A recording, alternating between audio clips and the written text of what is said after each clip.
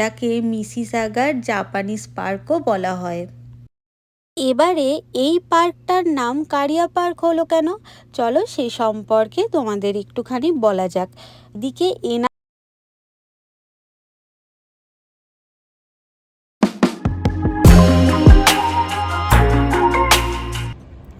Hello everyone, welcome back to my channel. কেমন আছো তোমরা সবাই? আশা করি ভালো আছো, সুস্থ আছো। আমি পিয়াসী, আর আমার একটা নতুন ব্লগে তোমাদের অনেক অনেক ওয়েলকাম। আজকে না আমরা একটু বেরিয়ে পড়েছি, একটা পার্কে যাব। পার্কটা ভীষণ মিষ্টি, খুব সুন্দর। আর মেন ব্যাপারটা হচ্ছে পার্কটা একটু ছোট, কিন্তু পার্কটা খুব সুন্দর। পার্কটা হলো একটা জাপানিজ পার্ক, তো সেই পার্কটা আজকে তোমাদেরকে ঘুরিয়ে দেখাবো আমি। আর পার্কটা ছোট হলে কি হবে, পার্কটা কিন্তু খুব সুন্দর সাজানো গোছানো। আজকে টেম্পারেচারটাও মোটামুটি ঠিকই আছে। তাহলে চলো পার্কে গিয়ে তোমাদের সাথে কথা হচ্ছে। ভিডিও করতে করতে হঠাৎ করে খেয়াল করলাম, এই দেখুন আমাদের দুজনে ছায়া পড়ছে। আসলে রোদ উঠেছে তো ওই জন্য। আচ্ছা, আপনারা কারা কারা সবুজ ঘাসের ওপর দিয়ে হাঁটতে ভালোবাসেন বলুন তো? আমাদের কিন্তু বেশ লাগে এই সবুজ ঘাসগুলোর ওপর দিয়ে হাঁটাচলা করতে। আর তারপরে দেখতে পাচ্ছেন এই বাড়িগুলো, সামারে কিন্তু এই বাড়িগুলো দেখতে খুব ভালো লাগে। উইন্টারে তো বলাই যায় না, এখানে প্রচুর পরিমাণে বরফে ঢাকা থাকে যে বাড়িগুলোর দিকে তাকানোই যায় না। চলুন, দেখতে দেখতে তো আমরা বাস স্টপে চলে এলাম, আর আমাদের বাসও এসে গেছে। এবারে পার্কটার দিকে এগোনো যাক। আমরা যখন বেরিয়েছি তখন এখানকার টেম্পারেচার মোটামুটি এখন 18-19 ডিগ্রি, আর সুন্দর রোদ ঝলমলে একটা দিন। আশা করি দিনটা ভালো যাবে। মোটামুটি বাস থেকে তো নেমে গেছি, পার্কের সামনে প্রায় চলেও এসেছি। দূর থেকে দেখে যা মনে হচ্ছে পার্কটায় প্রচণ্ড পরিমাণে ভিড়। অ্যাকচুয়ালি না, এখানে প্রচুর পরিমাণে কিন্তু ফটোশ্যুট হয়। প্রি ওয়েডিং ফটোশ্যুট হয়, পোস্ট ওয়েডিং ফটোশ্যুট হয়। পার্কটা খুব সুন্দর দেখতে তো, ওই জন্য আর অনেক দূর দূর থেকে মানুষ এসে কিন্তু এখানে ফটোশ্যুট করে। তো চলো তোমাদের সাথে গিয়ে শেয়ার করছি পার্কটা। পার্কটা ভীষণ সুন্দর দেখতে। পার্কটার ভেতরেই ঢুকতে ঢুকতে তোমাদের একটা জিনিস দেখাই, চলো। চারিদিকে দেখো পিঙ্ক চেরি ব্লসম ফুলে পুরো চারিদিকটা ভরে গেছে। আর পার্কটা তো নাম তোমাদেরকে বলাই হয়নি, পার্কটার নাম হচ্ছে কারিয়া পার্ক।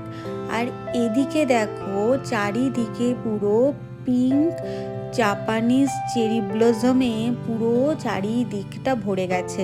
ওই জন্য কিন্তু এটাকে মিসিসাগার জাপানিজ পার্কও বলা হয়। এই পার্কটা কিন্তু স্প্রিংয়ের জন্য ভীষণ পরিমাণে ফেমাস, আর বিশেষ করে এই চেরি ব্লসমের জন্য ভীষণ পরিমাণে ফেমাস। আমি তো তোমাদের এর আগে একটা ব্লগে চেরি ব্লসম শেয়ার করেছিলাম, কিন্তু সেটা না সাদা ফুল ছিল। আর এখানে দেখো চারিদিকে পুরো পিঙ্ক ফুলে ভরে গেছে। ভেতরে যাই, ভেতরে হয়তো আরও অনেক গাছ আছে, সেগুলো তোমাদের সঙ্গে শেয়ার করব।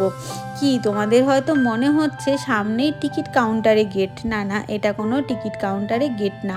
আর একটা জিনিস তোমাদের দেখাই, চলো।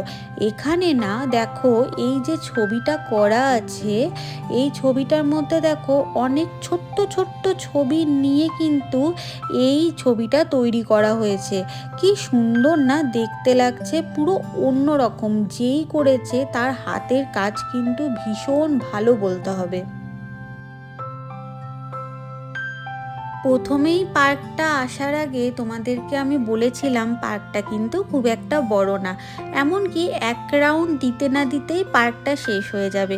কিন্তু এই ছোট্ট পার্কটার মধ্যে কিন্তু খুঁটিয়ে খুঁটিয়ে সৌন্দর্য ভরে আছে। যেমন যেদিকেই তুমি চোখ দেবে সেদিকেই চেরি ব্লসম ফুলে ভর্তি। আর এই চেরি ব্লসম ফুলগুলোকে দেখে না আমার অনেকটা কাগজের ফুলের মতো লাগছে, যেটা ভীষণ সুন্দর। আর একটা জিনিস লক্ষ্য করো, চারিদিকে কত বড় বড় গাছ। আর এই পার্কটার মধ্যে জানো প্রচুর ধরনের ফটোগ্রাফি হয়।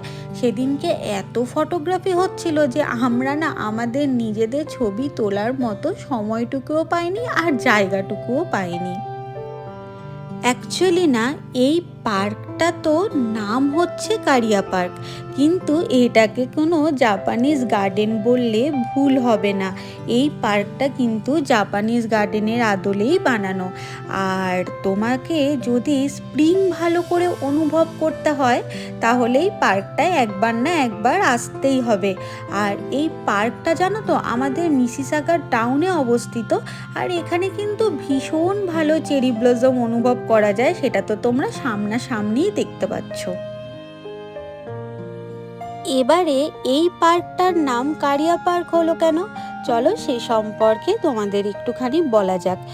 জাপানে কারিয়া নামে একটা শহর আছে, সেই শহরটা আর আমাদের এই মিসিসাগা শহরটা সিস্টার সিটি হিসাবে পরিচিত হলো। ঠিক তারপরই মিসিসাগাতে কারিয়া পার্ক নামে একটা পার্ক হলো। ঠিক সেভাবেই জাপানের কারিয়াতেও মিসিসাগা পার্ক নামে কিন্তু একটা পার্ক হয়েছে। এই পার্কটায় যখন আমি এসছি আমার মনেই হলো না যে এটা একটা রাস্তার ধারে অবস্থিত। আমার মনে হচ্ছিল আমি যেন কোনো পাহাড়ে চলে এসেছি। কত বড় বড় গাছ তোমরা লক্ষ্য করছো, আর এদিকে এনাদের দেখো, এরা কি সুন্দর জলের মধ্যে হেসে খেলে বেড়াচ্ছে। পার্কটা আমি তোমাদের বলেছিলাম না ভীষণ ছোট্ট, কিন্তু খুবই সাজানো গোছানো। চারিদিকে যেন একটা জাপানিজ গার্ডেনের ভাইবস কাজ করে। তোমাদেরকে পার্কটা ঘোরাতে ঘোরাতে আমি খেয়ালই করিনি কখন সন্ধে নেমে গেছে। আর এখন যেন এখানে কত টেম্পারেচার, এখন এখানে টেম্পারেচার হচ্ছে প্রায় 7-8 ডিগ্রি। মানে বুঝতে পারছো প্রায় কতটা ঠান্ডা নেমেছে। আর এই যে ঘন্টাটা খেয়াল করেছো, এই ঘন্টাটা কিন্তু ভীষণ ভারী, একজনের পক্ষে বাজানো একদমই সম্ভব না। ঠেলে ঠেলে দিলে তবে এর ভেতরে টুংটুং টুংটুং করে কিন্তু আওয়াজ হচ্ছে।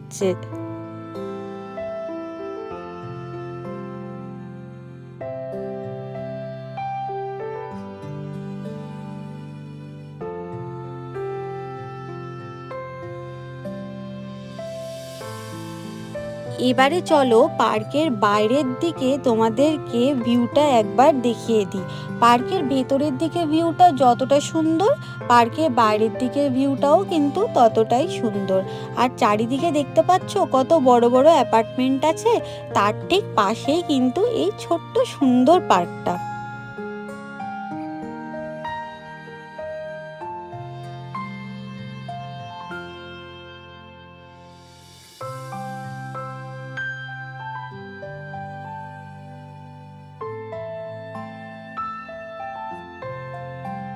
মোটামুটি আমরা হাঁটতে হাঁটতে কিন্তু নেমেই এসছি পার্কের একদম পেছন দিকে। আর চোখের সামনেই পড়লো এই পিঙ্ক চেরি ব্লসমের গাছটা। প্রচণ্ড পরিমাণে হাওয়া দিচ্ছিল, ফুলগুলো নিচে ঝরে ঝরে পড়ছিল, সে যেন এক অপরূপ সৌন্দর্য। কিন্তু তোমাদেরকে যেটা আমি দেখাবো ঠিক করেছি সেটা হচ্ছে এই হোয়াইট পিঙ্কের মিক্সড করা টিউলিপগুলো, যেগুলো আমার চোখে পড়েছে আর যেগুলো দেখতে আমার ভীষণ পরিমাণে মিষ্টি লেগেছে। ফুলগুলো দেখো কি সুন্দর, তাই না? আর হাওয়া দেওয়াতে ফুলের বিউটিটা যেন আরো বেশি চোখে পড়ছে। এই ফুলগুলোকে ছেড়ে আর এই মিষ্টি পার্কটাকে ছেড়ে তো বাড়ি যেতে একদম ইচ্ছা করছিল না, কিন্তু বাড়ি এবার যেতেই হবে যে হারে ঠান্ডা নামছিল। তাই আমরা চট করে ঢুকে গেলাম একটা পাশে সাউথ ইন্ডিয়ান রেস্টুরেন্ট আছে সেখানে। সেখানে গিয়ে আমরা অর্ডার করলাম গরম গরম কফি আর এই গলি ভাজিটা। গরম গরম কফিটা খাওয়ার পর না, ঠান্ডার মধ্যে যা মাথা যন্ত্রণা করছিল সেই মাথা যন্ত্রণাটা পুরোপুরি সেরে গেছিল। আর কফিটা ভীষণ ভালো খেতে ছিল। আর তার সাথে ছিল এই গলি ভাজিটা। গলি ভাজিটা না হোয়াইট চাটনির সঙ্গে সার্ভ করেছিল, যেটা খেতে জাস্ট দুর্দান্ত ছিল। তো এটা ছিল আমাদের প্রথম অ্যাপিটাইজার। আর তারপরে আমরা অর্ডার করেছিলাম একটা অনিয়ন মশলা ধোসা। তাহলে চলো এবার চটপট গলি ভাজিটা শেষ করা যাক এই হোয়াইট চাটনির সাথে। ও হ্যাঁ, তোমাদেরকে তো বলাই হয়নি, এই গলি ভাজিটা কিন্তু আমি প্রথমবার ট্রাই করেছিলাম, যেটা খেতে আমার বেশ ভালো লেগেছিল। ন্যাচারালি আমি সাউথ ইন্ডিয়ান রেস্টুরেন্টে এলে সবসময় সাম্বার বড়া বা ইডলি অর্ডার করি। হঠাৎ করে এই গলি ভাজিটা মেনু কার্ডে দেখার পর মনে হলো এটা কি, দেখা যাক তো। তারপরে যখন আমি অর্ডার করলাম, এটা খেতে কিন্তু দুর্দান্ত ছিল। আর তারপরেই আমাদের চোখের সামনে চলে এলো আমাদের ডিনার, এই অনিয়ন মশলা ধোসা, যেটাও খেতে কিন্তু বেশ ভালো ছিল। অনিয়ন মশলা ধোসার মধ্যে তো ভর্তি ভর্তি করে পেঁয়াজ দেওয়া ছিল। আর এটার না সব থেকে বেশি ভালো যেটা আমার লাগলো সেটা হচ্ছে এই গরম গরম সাম্বার ডালটা। চলো, এবার তো ডিনার কমপ্লিট হয়ে গেছে, কিন্তু একটা জিনিস তোমাদেরকে শেয়ার করি চলো। এই দেখো, এই বালতিটায় কি রাখা আছে বলো তো? ভাজা মৌরি আর মিশরির গুঁড়ো, যেটা আমাদের সবারই হয়তো খুব পছন্দের। আর তার পাশেই রাখা ছিল এদের হাতে বানানো কিছু মিষ্টি। আর বেরোনোর সময় কি দেখলাম চলো সেটা তোমাদের দেখাই। বেরোনোর সময় দেখো এখানে একটা ঘন্টা দেওয়া আছে, এটা টুং টুং টুং টুং করে বাজে, যেটাকে বাজালেই ওরা সঙ্গে সঙ্গে এসে তোমাকে অ্যাটেন্ড করবে। আর একটা কথা যেটা তো তোমাদের বলাই হয়নি, সেটা হয়তো আমার মতো তোমরা সবাই করো, এই বেরোনোর আগে কে কে মৌরি আর মিশরি হাতের মুঠোয় করে নাও বলো তো? আর কে কে টিস্যু পেপারে নাও? আমি তো নিই। মোটামুটি বাড়িতে চলে এসেছি একদম। ওই পার্কটায় গেছিলাম, জাপানিজ পার্কটা, তারপরে কিছু খাওয়া দাওয়া করলাম তোমাদের সঙ্গে, সেগুলো তো সব কিছুই শেয়ার করলাম। আর খাবার দাবারগুলো ভীষণ ভালো ছিল। যাই হোক, এবারে ব্লগ এন্ড করার সময় চলে এসছে, তো আমি এবারে ব্লগটা এন্ড করব। দেখা হবে আবার তোমাদের সঙ্গে খুব শিগগিরই এরকমই আরেকটা ব্লগে। আর যাওয়ার আগে আবার একটা কথা বলি, যদি আমার ব্লগটা তোমাদের ভালো লেগে থাকে তাহলে একটা লাইক, কমেন্ট, শেয়ার আর সাবস্ক্রাইব করে দিও। দেখা হচ্ছে এরকমই আরেকটা ব্লগে, ততক্ষণের জন্য বাই।